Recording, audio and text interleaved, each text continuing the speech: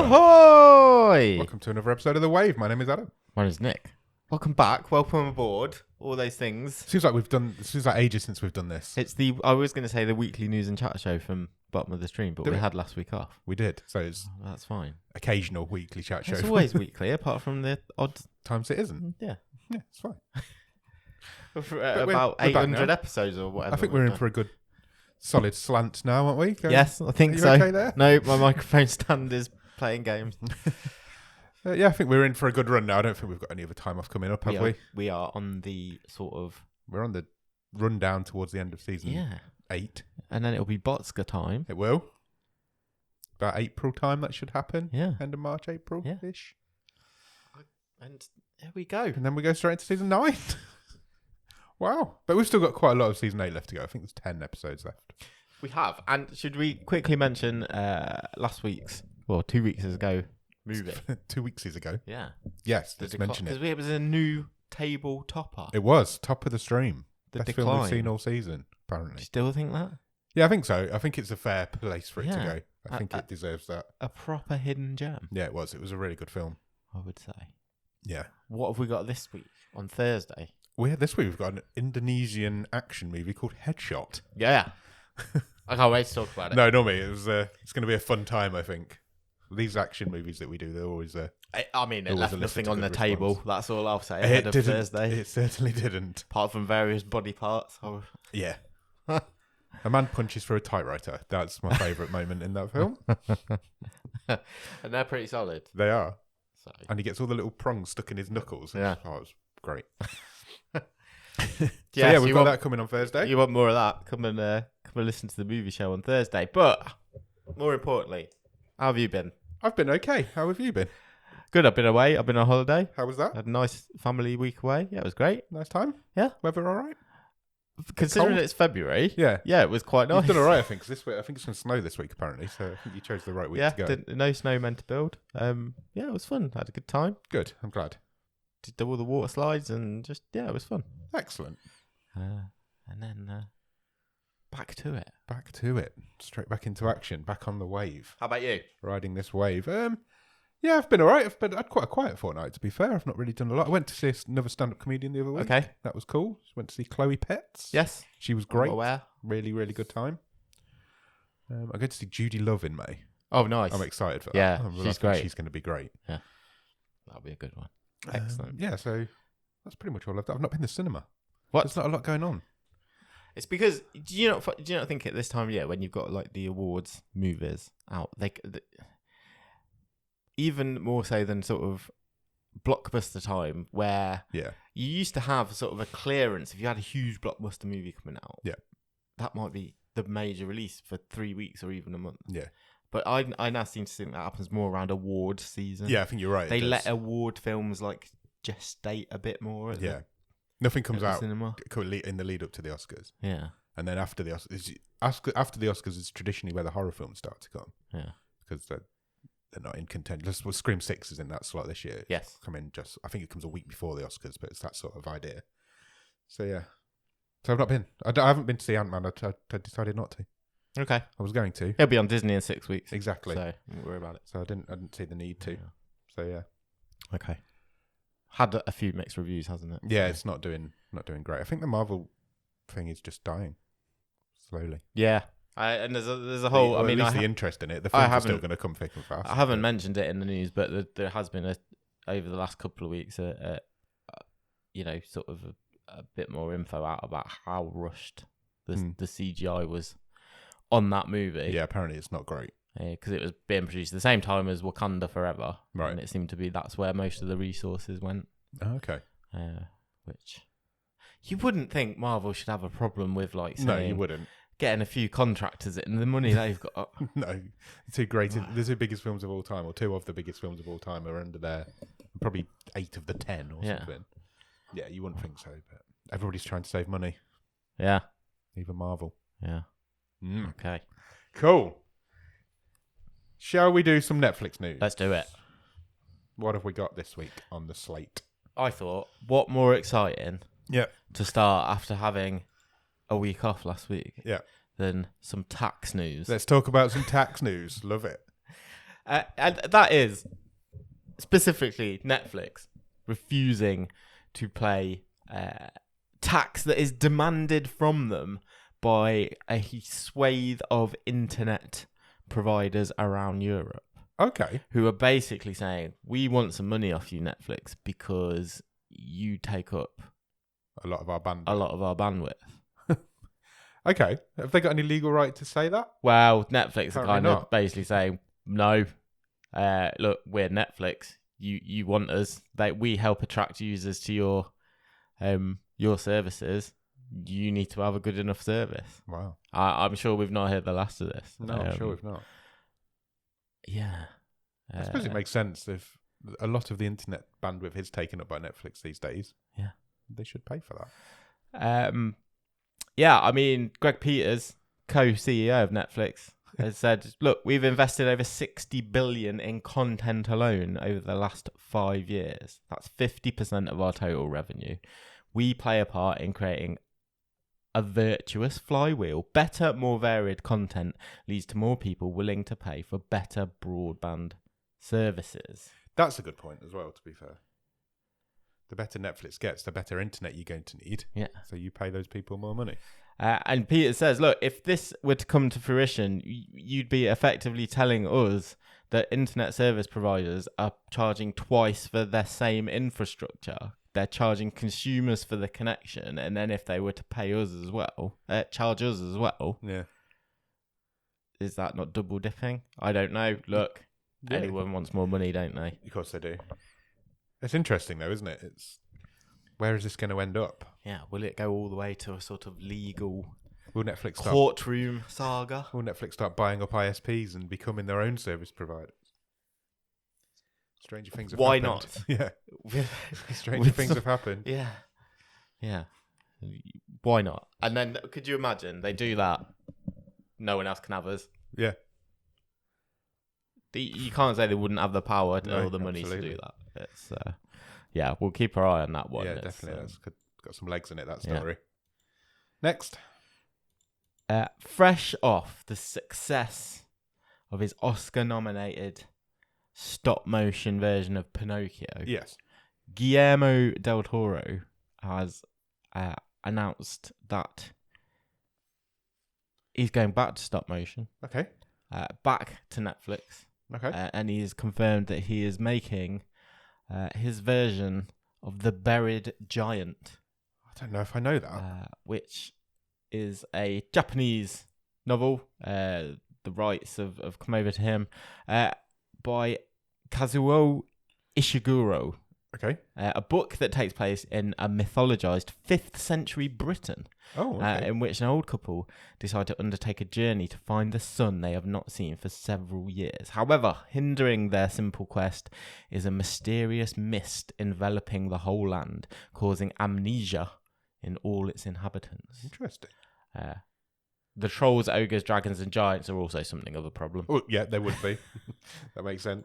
Del Toro says, The Buried Giant continues my animation partnership with Netflix and our pursuit of stop motion as a medium to tell complex stories and build limitless worlds. It is an honor and a responsibility for me to direct this screenplay, which we are adapting from the profound and imaginative novel. Del Toro is writing a screenplay with... I think it's Dennis Kelly. Okay. Who wrote Netflix's Matilda musical. Oh, right. So all with previous relationships with Netflix. Interesting. I mean, Del Toro saying that stop motion is going to be his way forward for... Found a gap in the market. He's got an Oscar nomination for it. Keep doing it. Why would you not? He's really good at it. Yeah. That Pinocchio film's really good. I know that's only a small synopsis, but you can see all that lending itself brilliantly to stop motion. Yeah, 100%. So that's another 5 years of his life. Why not though? Nobody else is doing it. I'm excited by that. Me too. That sounds. To be fair, anything that cool. Del Toro does is pretty exciting. Yeah. Yeah. Keep our eye on that one as well. I'm excited about that. I'm also excited about the announcement this week that Netflix is releasing Agent Elvis. I saw the trailer for this the other day. It's interesting. A forthcoming adult animated comedy and it's got quite the cast. It really has. The trailer, as you say, is out now, and the show itself will debut on March the 17th. I'm looking forward to it. The synopsis says Elvis Presley trades in his jumpsuit for a jetpack when he is covertly inducted into a secret government spy program to battle the dark forces that threaten the country he loves, all while holding down his day job as the king of rock and roll. Matthew McConaughey is playing Elvis Presley. That's genius casting. Also in the cast, Caitlin Olsen, Johnny Knoxville, Tom Kenny, and Don Cheadle, and guest stars lined up: Ed Helms, Jason Mantzoukas, Christina Hendricks, Kieran Culkin, Chris Elliott, Asif Ali, Fred Armisen, Simon Pegg, Craig Robinson, Gary Cole, and Priscilla Presley playing herself. Wow. Meta. Very meta. That's brilliant. What a cast that is. Yeah. That trailer, if you've not seen the trailer either, check it out. It's on YouTube. Go and find it. It's very fun. It's going to be a fun show, that. Yeah. You're going to have a lot of fun with that one. Yeah, definitely. I had to look at the trailer, and it's just going to be so much fun. Yeah. Fingers crossed. Yeah, I'm looking forward to it. Yeah. I'm sure we'll talk about it more as it comes out. Here's something interesting. Go on.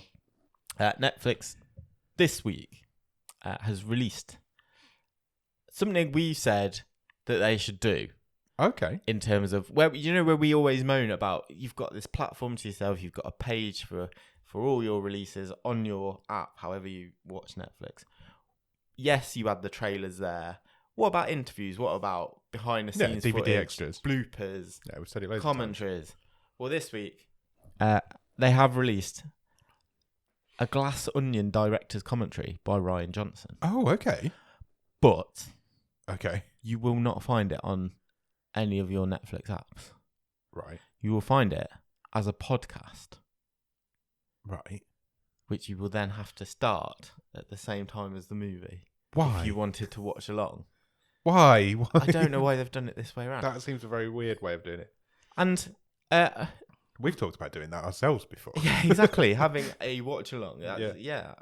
But so I looked into this. I thought this was a bit strange. And what I actually found out is that, and I've never heard this mentioned before, that actually the podcast feed that Netflix have released this on, this isn't the first thing that Right. Netflix have used it for. Okay. But it's not been used for like 2 years. Right. But there's about 6 or 7 movies. So they've done this before? With a commentary available on this podcast feed. And I just think this has been totally hidden. I had no idea that this was a thing. Same. So what other movies can you get it for? A lot of them were sort of what I would call not bottom of the stream movies, right? But because proper movies, but not big releases. The only other one I was really aware of was Always Be My Maybe. Okay, yeah, from a couple of years ago. But yeah, the fact that it's on this this podcast feed, I think, was really, really interesting. That is really interesting, and I don't really understand why. Yeah, when you could just have it on your, or have it as well on your. Yeah. You just have it as another audio option, surely. You've got English, English, exactly. French, German, dub. Yeah. Commentary. Yeah. It makes no sense. Netflix do some weird shit, but like we said before, it's a bit of a proof of concept. I don't know what they're trying though. So you've got to watch. It makes it really difficult as well. So you've got to watch the film on your TV and sync it up on your phone at the same time. Yeah. So you're listening to 2 audio things at the same time. It's going to be really confusing. Basically, yeah. If you're watching it on your phone, you can't do the podcast anyway. Yeah. Yeah, you've got to do a bit of lining up. I just thought that was really interesting. It is really interesting. I didn't know they'd done it before. We should do it. But they hadn't. We should do it ourselves. They've not used this feed for 2 years. Wow. Yeah. We should have a go. We should do a director's commentary of a film. Just one of these bottom of the screen films. I'm quite happy to watch along as a talk along. We'll just watch it on this screen here while we're talking along into this microphone. We might have an issue with audio, but we might be able to figure it out. But people could, if that's all they're doing, we'll just go, well, we are pressing play now, and people can listen. That's basically what they're doing. Yeah, and they're Netflix, multi-billion-dollar company. Yeah. You're just talking along, and then we're going to start the film now. Press play on Netflix now. Job done. Here we go. Let's sync up. Yeah. There's an idea there. It Let's just seems like workshop a really weird way to. It does for seem them like to a do really it. weird way for them to do it. It's a good idea for us. Next. We've talked in the past, quite a long time ago, about a unofficial Stranger Things, like off Broadway. Yes, I think we have play. It's basically more of a parody / musical. Well, it has now been announced in the last couple of weeks that an official Stranger Things play opens later this year in the West End in London. Wow.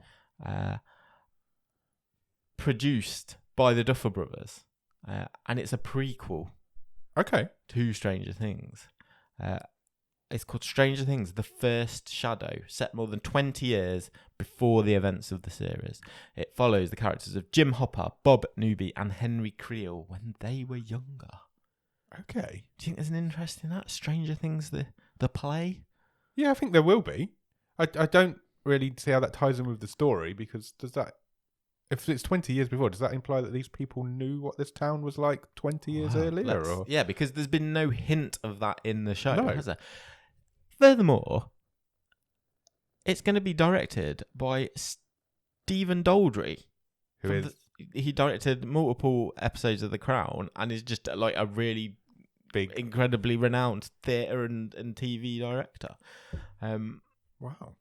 The few details we have is that it's set in 1959 in Hawkins. A young Hopper's car fails to start. That sounds fascinating. Yeah, exactly. He calls a mechanic. It's the problem with the starter motor. And a young Joyce Maldonado, who viewers will later know as Joyce Byers, is trying to graduate school and leave the town. Wouldn't it be great if it just had no Stranger Things concept at all? It was just two people living in a town. Yeah. There was no upside down. There was no monsters. It's just a really boring day. It's just these two people living their life in the 60s. It also says new student Henry Creel is introduced. His family find that a fresh start in this town is not so easy, and the shadows of the past have a very long reach. The beginning of Stranger Things may hold the key to the end. Oh, that's an interesting little tagline. If those two are producing it, it's got to tie in with the story somehow, but I just don't really see how. Because it's exciting. But I don't know how.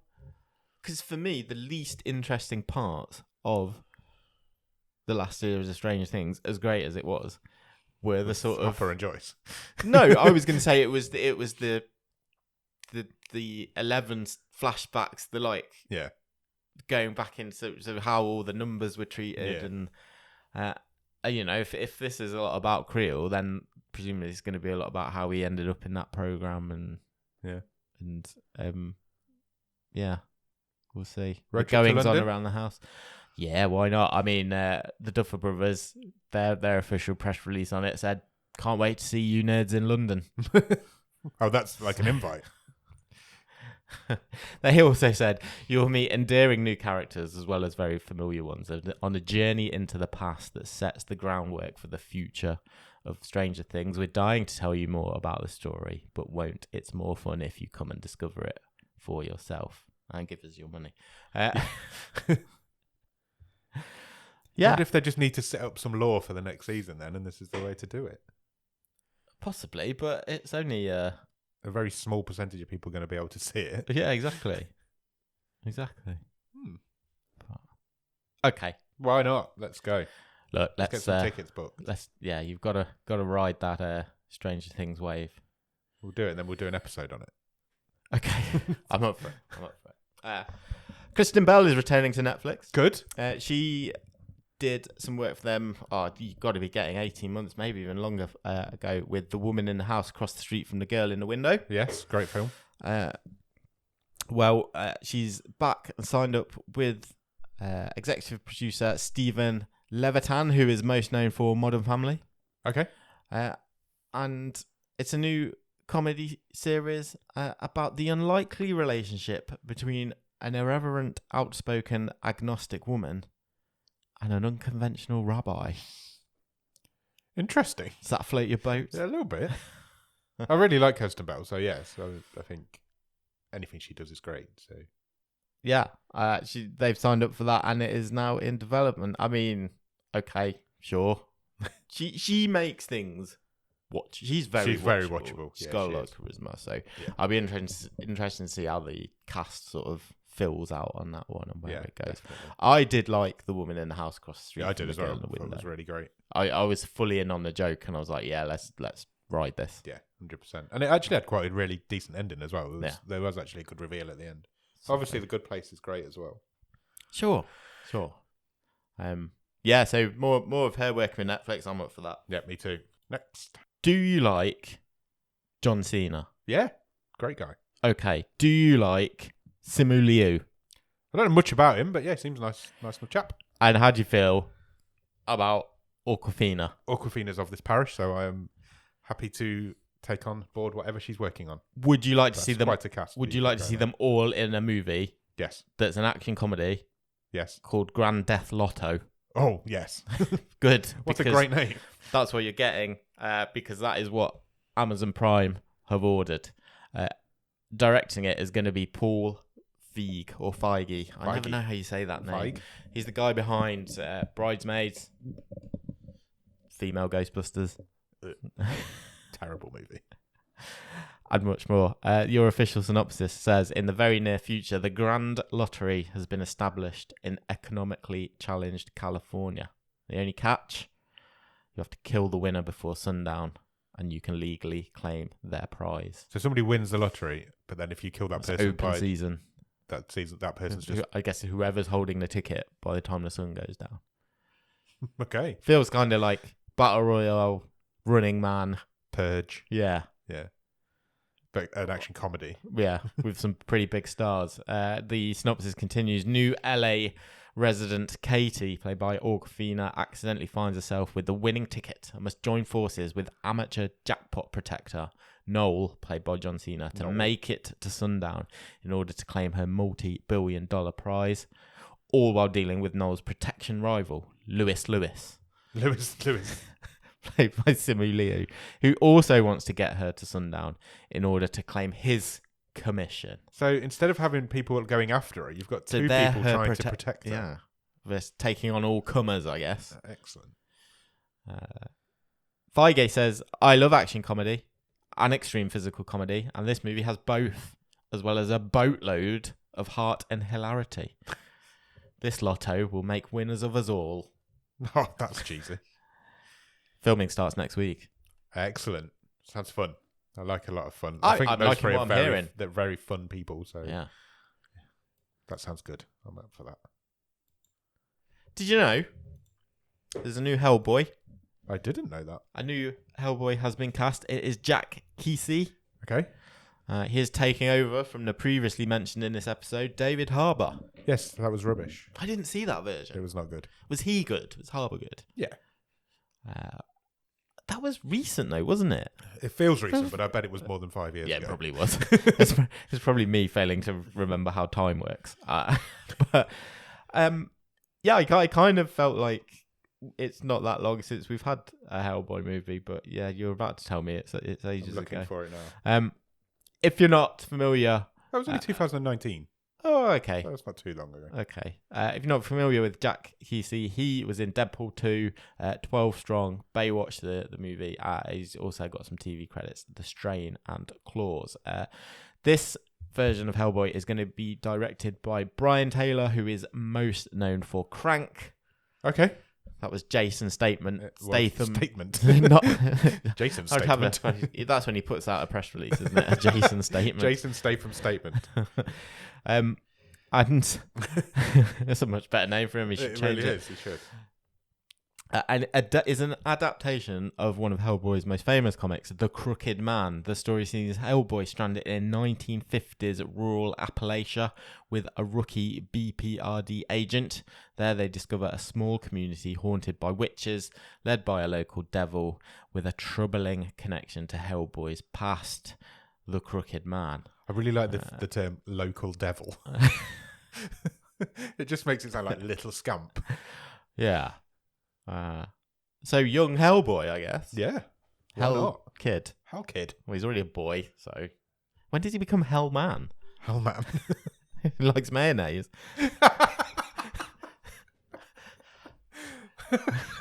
That's what he did when he retired from being Hellboy. He just set up I his think own there's an mayonnaise advertising company. link there that they're severely I missing. completely agree.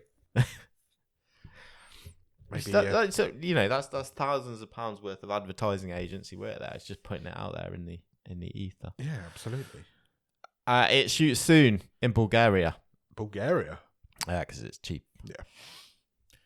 Interesting. There's a lot of... You can do a lot with Hellboy because there's such a long time period of him being in existence. What is Hellboy? I know you're not going to know the answer to this, but I'm going to ask it anyway. Go on. Because I know people will reply in the Discord. Come join the Discord.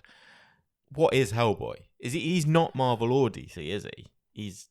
I think he's not in either of those. That's a good question.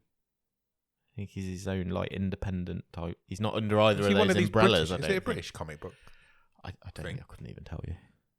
We need Ross Cook. Yeah. We need to put that light in the sky that someone's Ross Cook. He'll know.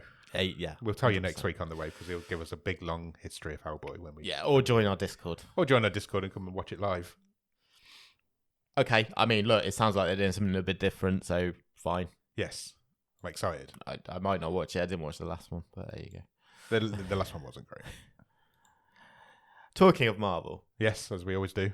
If you like Marvel... I do. But I did. And you like musicals... Yes. Then you probably quite like the... Did you ever watch Hawkeye? No. Okay. Because the most boring Avenger. I know you can't really say that now because the guy's in a bit of a mess, but he is the most boring Avenger. But Jeremy Renner isn't Hawkeye. Yeah, he is. Well, yes, but he's not... He plays him. He's not him. No, but the reason Hawkeye's the most boring Avenger is because Jeremy Renner's a really boring actor. Anyway, in Hawkeye... Yes. They do an extended... performance where they Hawkeye and his family go to watch Rogers the Musical. Okay. Which is it's an end credit scene in one Marvel movie that I can't remember. Where they're all singing about the Battle of New York. That's one of the ones I haven't seen then. I haven't seen that. And basically this story is that an extended version of that, so but not a proper musical, a mini musical this summer version of Rogers the Musical is being staged at Disneyland. Okay. You can go and watch it if you are visiting Disneyland Resort. That's the one in Anaheim. Yes. Yeah. So if that floats your boat, you can watch Avengers the Stage Show.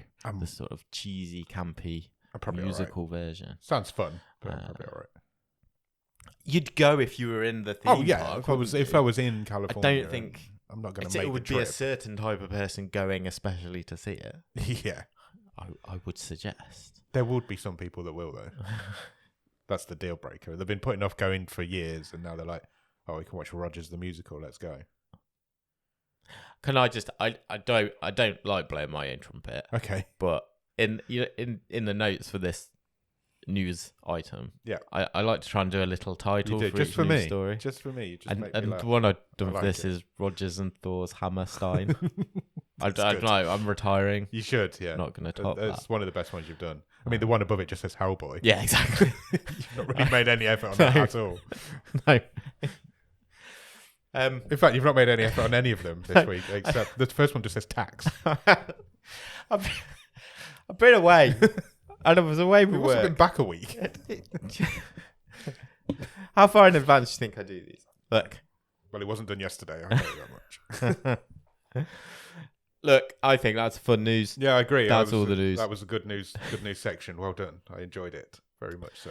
The news is done. One thing we should probably mention is that it's the Oscars this weekend. Oh, yeah. Which we've not mentioned.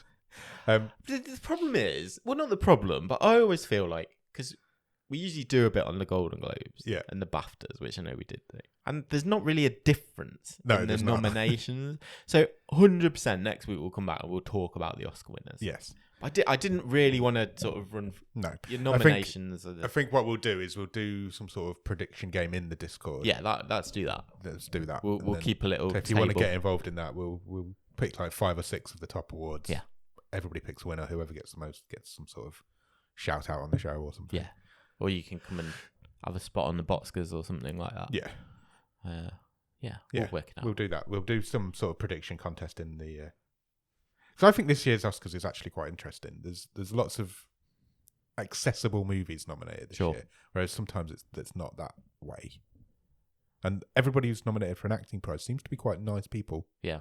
So, yeah, I think it's an interesting one. I have got an idea for our Boxker ceremony this year. Okay. But I will present that to you privately.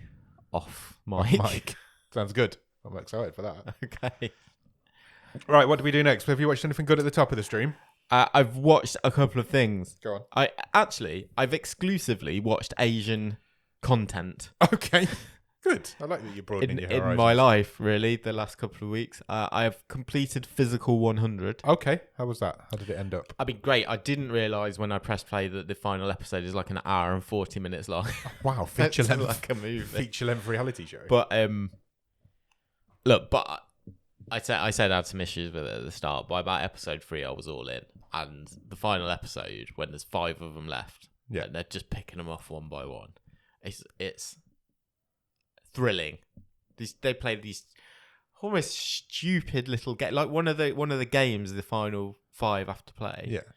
Is that they've got a load of wooden squares on the floor. And half of them are white, half of them are black. Right. And the 4 people who remain at that point, they just say they're 2 teams of 2. Yeah. And they just have to flip it to the other colour. And they've got 5 minutes. Okay. And whatever the most colour is at the end wins. Yeah. But 5 minutes of these muscle guys just doing this, trying to chase each other around. Each other out of the way. Absolutely fascinating. Oh, okay. It's gripping. I look, by the end of it, Physical 100. You took your while to get into it, didn't you? Yeah, but if Netflix doesn't just take this and repeat it for other areas of the world, I don't know. It just seems easy, relatively cheap content for them to make. I think they will. I think they have to, don't they? Yeah. They do it with all their other reality shows. Exactly. So why not? Yeah. So I've watched that, and then I've watched the first 3 episodes now of Alice in Borderland season 2. Oh, okay. How was that? That's next on my list. I'm gonna say so far good. Okay. With a caveat. Yeah. That it feels a bit excessive. Oh, really? Because, like, again, it's just I don't remember the first season, all the episodes being so long. Right, okay. Because we watched them, didn't we, for our previous feature? We did, yeah, no, they wouldn't have been long. So they were like 45 minutes. Maybe the finale was an hour. Yeah, maybe. I guess second and third episode are both well over an hour. No need for it. I was actually annoyed at the end Make of the more second. episodes. I was annoyed at the end of the second episode, again, by the editing, because I just watched Physical 100, where they would play the climactic game, and it'd get right. It's the old Netflix thing. You get right to the resolution. Yeah. Well, we're about to find out the winner, and then they end it, and that's the start of the next episode. And they actually pulled that trick between episodes 2 and 3 of Alice in Borderland. Oh. And I'm like, this is That's not how That's TV not works. a narrative. Yeah. Because it wasn't really a cliffhanger. It felt like, oh, you're just baiting me like these game shows are. Yeah. So I didn't like that. No, I don't. But that annoyed me. Yeah. Obviously, look, you binge watch it, you can go straight into it. So it's a first world problem, don't get me wrong. But I noticed that as a step change from the previous season. It's been Netflixified. Yeah. Yeah. Yeah. It's been slickened. Right. Does it feel like there's the more Netflix money machine. being thrown at it? I mean, I've only seen one game. Okay. In 2 episodes. 3 episodes. Yeah. Wow. Which takes all of the second episode and the start of the third episode. And it takes 15 minutes to explain because the rules are that complicated. Okay. Wow. Once it flows, it's great. Yeah. But you know how Alice in Borderland set up? We're going to this game. They literally tell you, these are the rules of the game. Yeah. But this game has, the first game in the season 2 has so many little branches and offshoots and mini rules and sidelines. It's literally 50 minutes. I'm like, just get to it. I'll pick it up. Yeah, because I'm not going to remember all of it. I don't know what you're talking about, but I will understand when it starts. Is it slick? Yes. Yeah. Is the action good? Yes. It's gory. I will watch the rest. I'll watch the rest. Yeah, it's good. I'm going to watch it. But they are nitpicks from what I remember from watching the first season. Yeah. Cool. But don't let that put you off. You'll enjoy I won't. it. I will watch it. I have enjoyed it, but yeah, they are just a few caveats to it. So. Cool. How about you? I finished Lockwood & Co. Okay. I got to the end of it. I have an interesting relationship with this show. Yeah, we were talking about this a bit in the Discord, weren't we? Because you were very positive from the first couple. Yeah, the first 3 or 4 episodes are great. Then it lost me a little bit in the middle. Yeah. And then the last 2 episodes are great. And I'm like, okay. So I really don't know what to say about it. The 3 leads, 3 kids. Yeah. Well, not kids, they're in their 20s, but they're all fantastic. Okay. The guy who's playing Lockwood, Ross Cook put a message in the Discord this week saying he's like a dreamboat. Okay. Because he is. His voice is amazing. He's got the look. He's going to be a superstar, I think. Yeah, the 3 of them are great. The story just loses itself a little bit in the middle, and it's a shame because I nearly gave up on it, and I didn't, and I'm glad I didn't because the ending's actually quite good. Right. So I would recommend watching it. Just be aware that the middle 2 or 3 or 4 episodes is not fantastic. I think it's going to be really interesting to see if this show has got the legs to get renewed. Me too. Because it plummeted down the charts quite quickly. Exactly. It had a strong debut its first week, and if you look at the top 10, look at some of those numbers, what you've just outlined in saying that there is that dip in the middle, I think it's borne out by the fact it sort of dropped from number 1 to number 7, and it had a big chunk of viewing hours jump off. And if I presume you sort of thought, wow, I've only got 2 episodes left. That's exactly right. Yeah. But how many? But a lot of people might not have done that and just gone. And we know that Netflix renews. I'll find something I might enjoy. We know Netflix renew shows on completion rates now. That's not even a secret anymore. So it'll be interesting to see. Could be on the bubble this one. Yeah, it's interesting. It'll be interesting to see where it goes. It's a shame if it does get cancelled. Yeah, it's a really good concept. I really like Joe Cornish and his records. Good. So let's see what happens. He's cast the show with pretty much a completely unknown cast. Yeah. And made something pretty special. It is a good show. Yeah. But he's not relied on star factor or anything like that. He's just relied on his story to tell the story. And for the most part, it does. It just gets a little bit dull in the middle. So, yeah, it's going to be one to keep an eye on. Couple of weeks. We'll know pretty soon. Yeah, when it's got to the end of its 28 days. Yeah. I wouldn't imagine it'd be too much after. No, we'll know pretty soon. We hear one way or the other. So. That's pretty much the only Netflix content I've consumed over the last couple of weeks. I've started a show it's on Dave over here. I presume it's being shown in another place around the world. It's called World's Most Dangerous Roads. Okay. Have you seen any of it? No, I haven't seen that. Have you seen the trailer for it? No, but I just like it found it just from the name, it sounds like a show that could have been out at any time in the last 20 years on Channel 5. Yeah, it does. But it isn't. This is a specific new show. It's a specific new show, and it isn't that at all. It's 2 comedians in a car, driving the world's most dangerous roads. Fine, I was expecting one of these footage. No, that's exactly what it sounds like, doesn't it? Yeah, it's like car crashes, an overloaded lorry going up a mountain pass or whatever. No, it's not that, and it's a terrible name for a show. Basically, they've sent 2 comedians in a car on their own and just said drive down these really dangerous roads. Is it Joe roads. Wilkinson? Joe Wilkinson. I've seen the trailer. Yeah. I didn't know that's what it was called. It's a stupid name. Yeah, I've seen the trailer. I've not seen them all yet. Joe Wilkinson and Zoe. I don't know her name. I don't know why I've started that. She's called Zoe.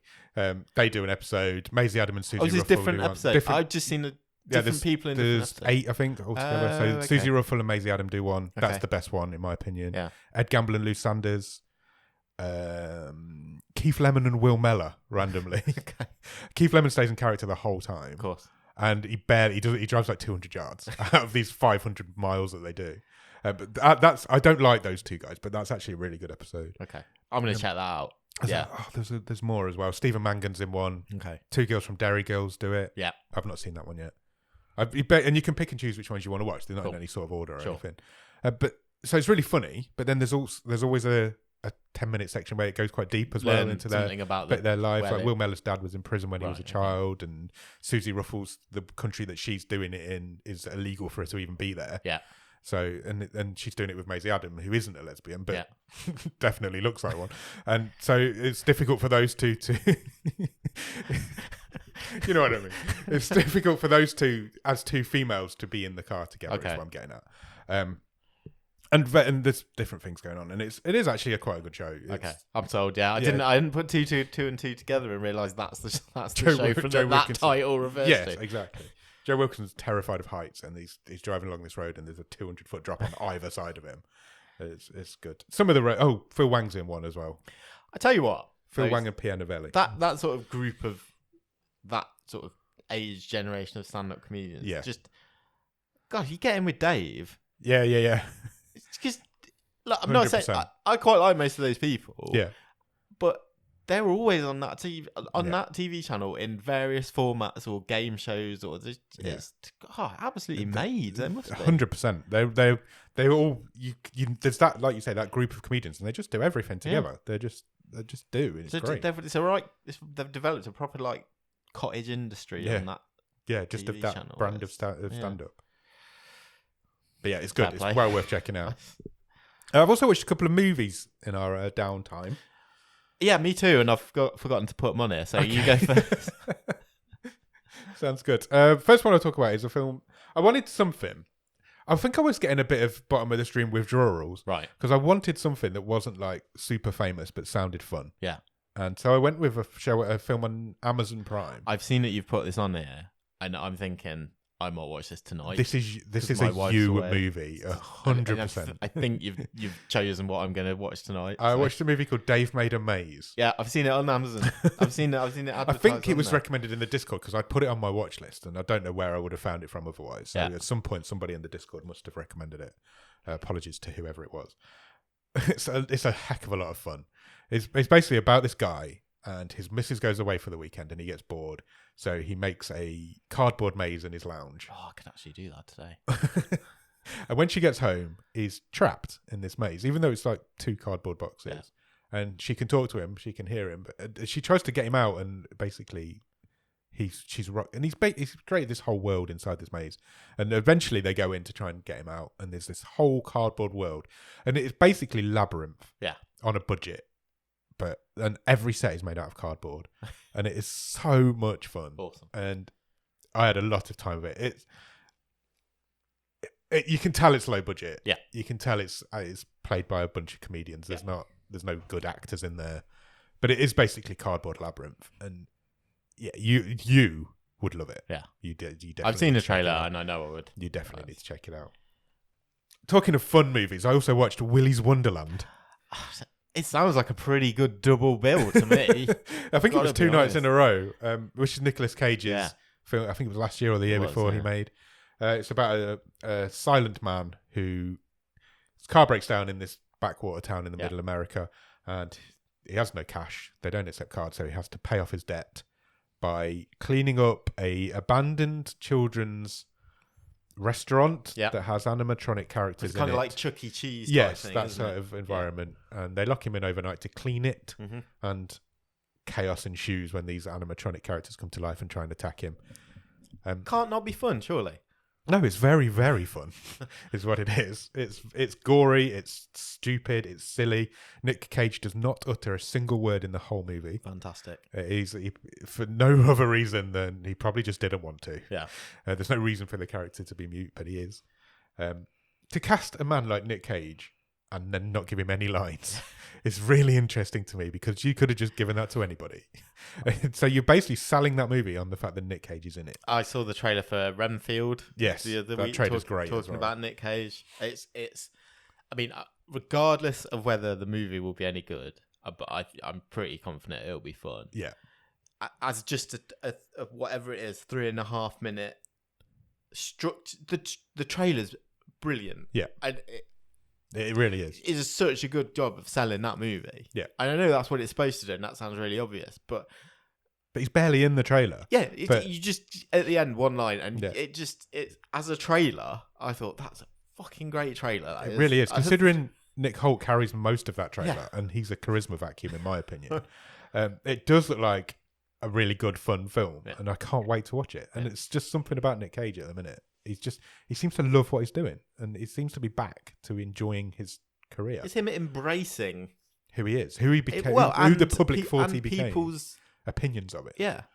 People just thought he going with became it. a guy who just made films to make money, which he then admitted that is exactly who he is. Yeah, and then he embraced that. And him going, yeah, I am a bit of a weirdo. Yeah, and I love I shouldn't have bought 8 castles, 20 paintings, and Tyrannosaurus' head or something. all the Batman comics or whatever. Yeah. But yeah, he seems to recently have just embraced the fact that people think who he is. Yeah. So he's like, yeah, that's who I am. I just make movies to make money, and some of these movies he's making are fun as fuck. Willy's Wonderland is great. I would highly recommend it. It's just appeared on Amazon Prime, so cool. Check that out as well. It's really good fun. Good. I mean, I even though we mentioned it earlier, it didn't click until just now. I watched Wakanda Forever. Okay. So my eldest daughter wanted to watch it. I enjoyed it. I mean, it's too long. Right. Aren't all Marvel movies. Yeah. But I enjoyed it more than the last few Marvel movies I've seen. Okay, good.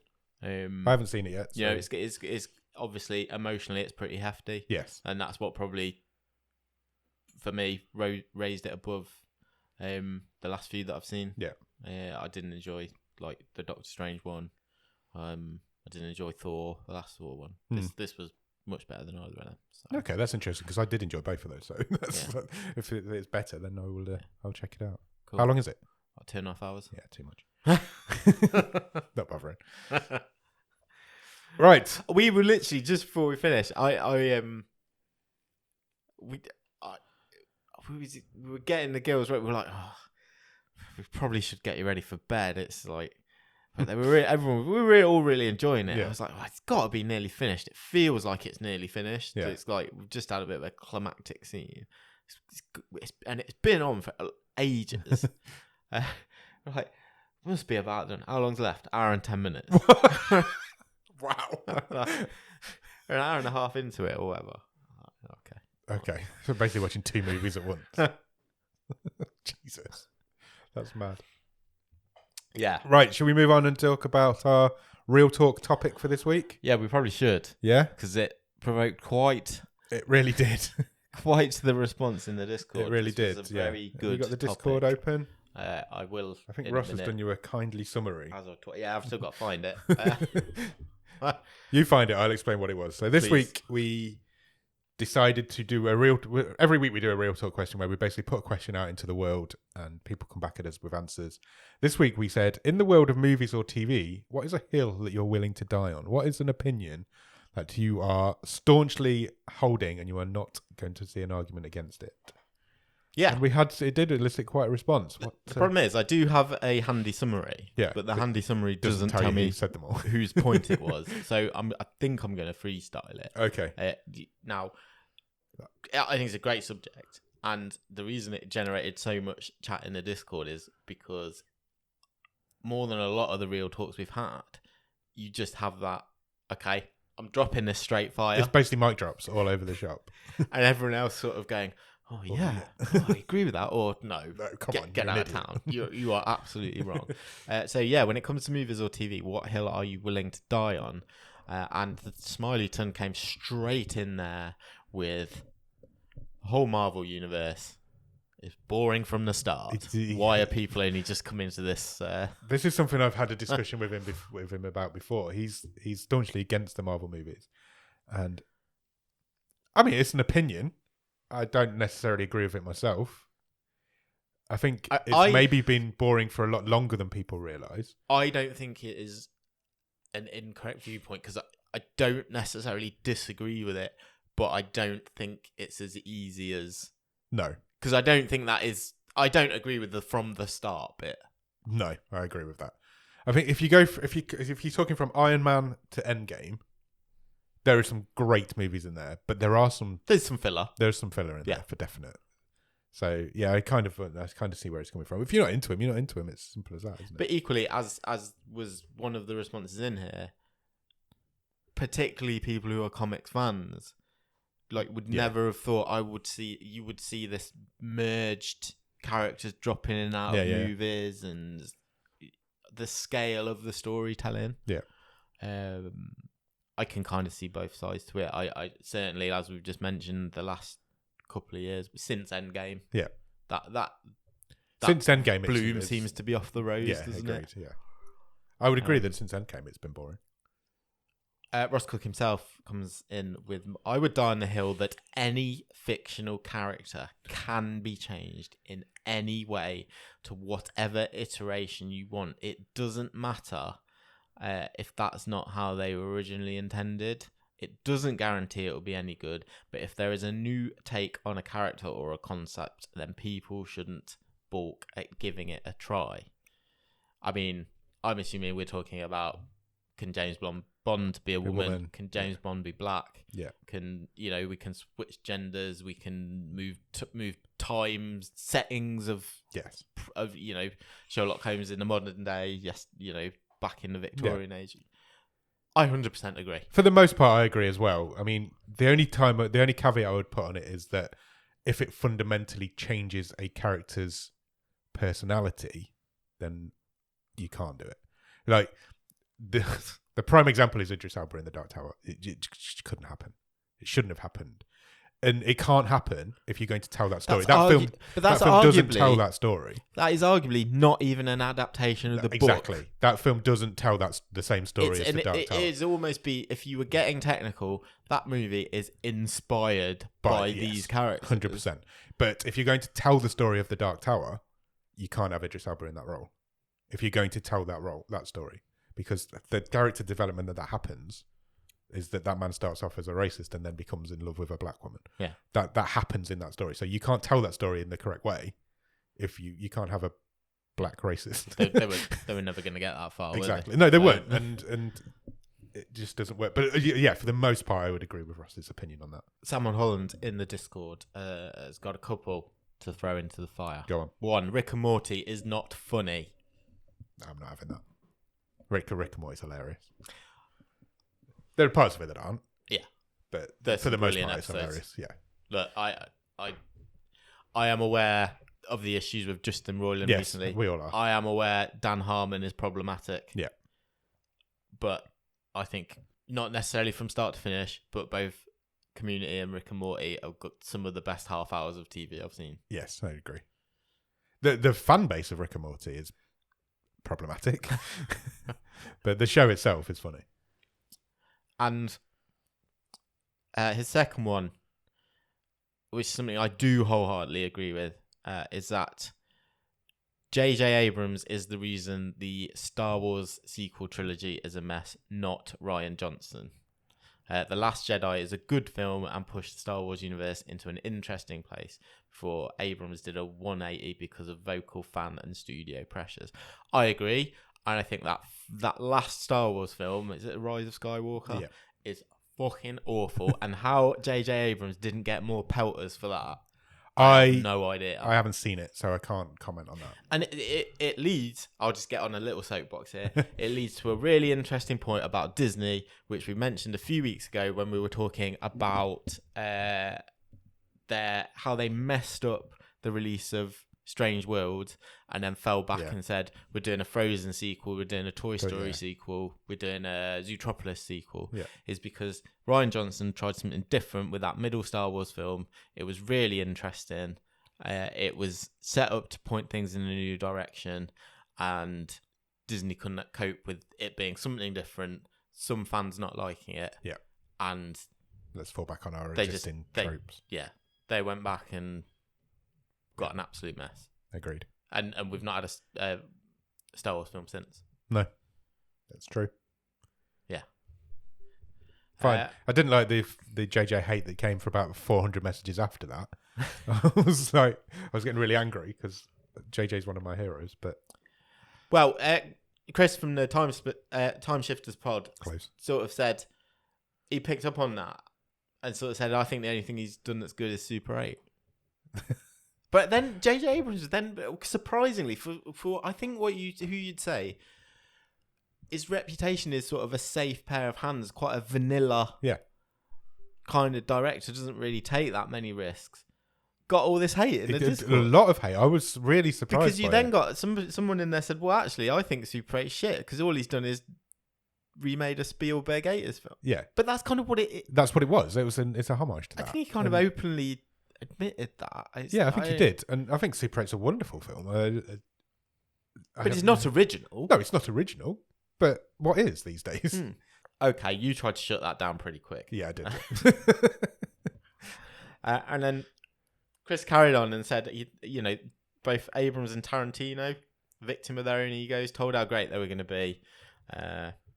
This surprised me as well, the amount of vitriol that came towards Tarantino as well. He's not done anything good since Kill Bill 1, I think, was basically that was basically, and which isn't the case. I think Kill Bill 2 is good. But I see Kill Bill as a movie. Yeah, it is. It is a movie. It just happens to have an interval in the middle. Yeah, I agree. It was a couple of years long.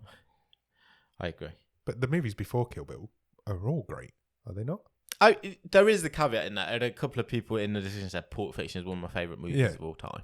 I didn't mind Hateful Eight, but it was long. It was long. Self-indulgent. I've not seen Once Upon a Time in Hollywood. I haven't either, because it's long. Yeah.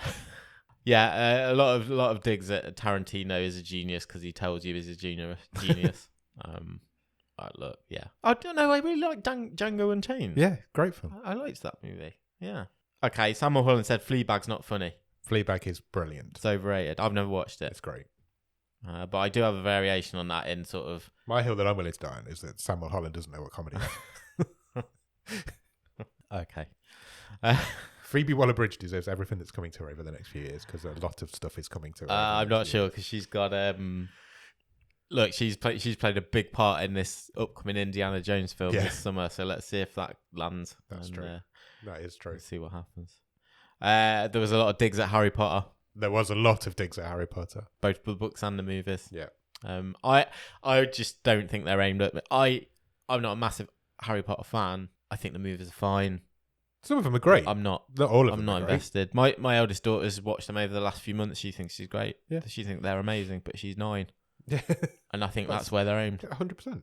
It was. So, they grew up with their audience, and they were aimed as they get old. As they go through them, they're aimed at an older age group. Everyone agrees J.K. Rowling is a cunt. So yes, that's fine. I think that's just a general consensus. Nice drop of the C-bomb. Okay, can I do mine? Yeah, go for it. I think these British classic sitcoms are all terribly overrated. The Office, The Royal Family, and Only Fools and Horses. Why those three? Those are just the three that I always think I've never enjoyed them. I agree with you about The Office. I think The Office is good, but it's not the be all and end all of British sitcom that people think it is. It's over. I'm not saying I necessarily. They're all overrated. I don't understand why The Office. It's not even Ricky Gervais's best thing, and I'm not a massive Ricky Gervais fan. No, 100%. I'm with you on The Office. I can't agree with you on the other two. I'm afraid. I'm sorry. My dad would murder you if he heard you say that about Only Fools and Horses. You would not be welcome in this house. But you know what I think it is? I would say I think I am biased because I just think it was one of those things that was always on TV when I was a kid, and I just don't think I was interested. When I go to my mum and dad's house, it's still always on TV. It's always on a TV channel, and it has been for 40 years. Yeah. So I mean, does anything deserve that? I don't. Yeah, no, you're probably right. But it is great. I put a positive one in there. Go on. But it's the same issue when we talked about Disney not knowing how to deal with something different. Yeah. I really liked John Carter of Mars. I remember I went to the cinema to do that, and I remember thinking we may have gone together. Yeah, maybe we did. And I've seen it a couple of times since. I haven't. I've not seen it. I remember not hating it at the time and wondering where all the hate was coming from. I do not understand why it was such a box office bomb. No, nor me. Which Chris from Time Shifters said, I really agree with this. It's had one of the worst marketing campaigns ever, and I don't think Disney knew what to do with it. Yeah, I think you're right. I think it came at a time when Disney weren't making live action movies, and they just didn't know how to handle it. I mean, whether they should have spent a lot of 200 million on it is a different question. So it was never going to make its money back. But yeah, it was fine. I remember it being fine. Wayne in the Discord says, I had loads of responses to this one. My take is that The Wire isn't good enough to be considered one of the greatest TV shows of all time. You always hear The Sopranos, The Wire, and Breaking Bad. One of those is not like the other two. Yeah, I think it's fair. I think that's a fair comment. I started watching The Wire at the time when The Wire was a thing, and I got about 3 episodes in and I was like, I'm not watching this. It's not for me.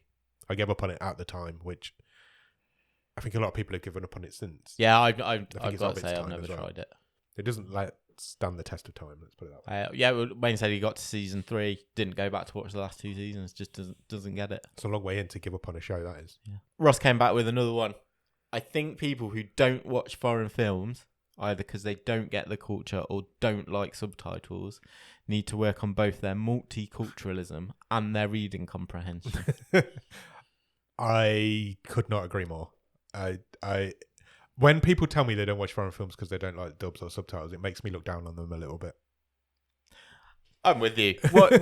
Why would I understand that there is a lot of stuff out there? Yes. There is so much to watch. But why would, if people are saying to you, you know, word of mouth, just a hypothetical, oh, you should watch whatever this thing is. Yeah. Why would you go, oh, so someone's told me to watch this, someone's told me to watch this. I'm not going to watch that one because that's got subtitles. Yeah. Or it's French. Yeah. Or what. You're That just doesn't even come into my head. No, nor me. Oh, no. What's it about? Yeah. What's the genre? Is the story good? What am I in the mood for? I don't care if it's got subtitles or it's where it's from. Same. I don't get it, and it does make me look down on you a little bit if you think like it. I'm sorry, that's just the way I am. You're missing out on some great. You're missing out on RRR. It's as simple as that. I Just don't watch want to that. get political, but it's so fucking Tory, isn't it? Yeah, it is. Just get fucked. Jesus Christ. It's the argument of I can't watch a dub because their lips don't line up with the words. Why are you that closely watching somebody's lips anyway?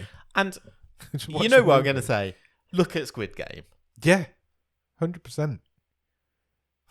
Billions So of I people want watch to that believe show. it's not. I want to believe it's an issue for a minority, and if you have that, if you're in that minority, then you deserve to have your piss boiled by that sort of opinion. I know somebody who doesn't watch foreign movies because of that very reason, but did watch Squid Game because it's Squid Game. Yeah. And I'm like, what? Then watch Alice in Borderland. Watch all these great shows that you're missing out. Some of these films that we do on the show, they're shit. But there's a whole world of cinema out there that you're missing out on. Imagine if you'd never watched Mirage. Yeah. Or Fuck me. the countless great movies. All the we've Spanish watched. movies that we've watched. Yeah. We have so many good Spanish movies out there. This one we're doing on Thursday. Yeah. It's just, I don't know. I don't get it. It boils my piss. That's a great one for us, to be fair. Mrs. Ross Cook wants to add one in. The book is always better than the movie or the TV show. No. Always. That's the word. Always is the word in that Always. sentence. Usually, fine. I can agree with usually, but definitely not always. Ross himself says, I don't think that's right. He cites the example of we need to talk about Kevin. I've not read the book. I think I have seen the movie. I have seen the movie. He says the I movie think is I've read great, the book book's as well, terrible. actually. I remember one of my earliest experiences that was Jurassic Park. Yeah. Because I'd read the book. Yeah. Because I knew this movie was coming out. And I loved the book. I might have even read it twice. Really? Like, I don't think I've ever read it. and I loved Jurassic Park the movie. But I remember my first reaction. I was only 12. 12, yeah. Coming out going, oh, well, that wasn't as good wasn't as the book. Yeah. In my 12-year-old memory, my reaction was that wasn't as good as the book.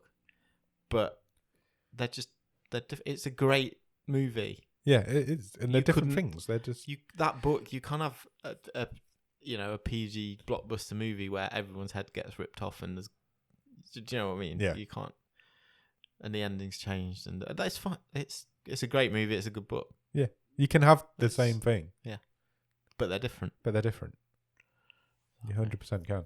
I think that is most of them in the Discord. That was a good... What about yours? Hot Fuzz isn't a good film. That isn't mine. I don't want to be too predictable. That isn't mine. But it isn't. And it is a hill I'm willing to die on. But it isn't as good. It isn't as good as Shaun of the Dead. That's the hill I'm willing to die on, I think. Okay. Mine is that no movie is good enough to be 3 hours long. No movie is good enough to be 3 hours long. 3 hours is too long for a movie. Any movie. I was listening. I think that's really interesting. I was listening to a podcast just yesterday, actually. Yeah. It's not a movie podcast. Okay. It's a sports podcast. But the two hosts had both separately been to the movies. Okay. And one of them had been to see Ant-Man. Yeah. One of them had been to see Cocaine Bear. Right. And the guy who'd been to see Cocaine Bear just said, how long's Ant-Man? The other guy went, yeah, 2.5 hours. He's like, no. No. Cocaine Bear, 90 minutes. Wasn't the best film, but I had a good time. It's 90 minutes. That's a sweet spot for a movie. I think he's right. I think 90 minutes is the sweet spot for a movie, and 2 hours for an epic. I don't think anything needs to be that any longer than that. I must say, as I've got older, yeah, if I see that it's more than 2 hours, I hesitate. Same. I'm not saying I wouldn't, because I do watch stuff that's long, but I go, oh fuck. When last Saturday when I watched Willy's Wonderland, yeah, I had a choice of two. It was Willy's Wonderland or We Have a Ghost. Yeah, Netflix's new David Harbour movie. That's over 2 hours long. I'm not watching it. Oh really? Yeah, it's 2 hours and 15 minutes long. Yeah, and that was your decision. It was the length that made you decide. 100%. Yeah, I'm pretty sure I will watch We Have a Ghost at some point, and I'm pretty sure I will finish it thinking that's far longer than it needs to be. But yeah, definitely runtime. It's too long. 3 hours is too long for a film. Any film. Split it like Kill Bill. Yeah. Bring it full circle. Because I'm not one of these people that can stop a movie halfway through and then go back to it. I just can't do that. I don't do that. Oh, that's interesting. We'll come back on Thursday because I was forced to do that. Okay. With this week's movie. And I think that we'll talk about it on Thursday, but I think some of what I thought about this week's movie was influenced by the fact I didn't watch it in one sitting. Okay, that is interesting. So that is a tease for Thursday. Oh, there's a tease. Yeah, I really struggle with turning the movie off and then going back to it. Yeah. So I don't do it. So that's probably where that opinion comes from. Okay. But yeah, that's it. That's my hill I'm willing to die on. Come at me. Do you know what? Maybe even 5 years ago, I would have been at you. I'm not at you now. No? Good. Don't disagree. Thank you. That's good to know. Well, great. I think it was one of the best real talks we've ever had. I think you're right. Yeah, it was. Thank you, everyone, for getting involved. Sparked a huge debate in the Discord. If you want to come and join the Discord link will be in the show notes, where it's a fun group of people. Yeah, you'll make friends. You will, 100%. Improve your life. Improve your life. It is. It's best. Good to have more friends. Right, we're going far too long on this episode. We need to get out of here. Come back on Thursday. We're going to do an Indonesian action movie called Headshot. Oh, yes. With a guy who's already been on the show before. It's going to be good fun. It's probably one of the goriest movies we've ever done. 100%. And yeah, we're going to have a lot of fun talking about it. So come back on Thursday for that. Cheers. Bye.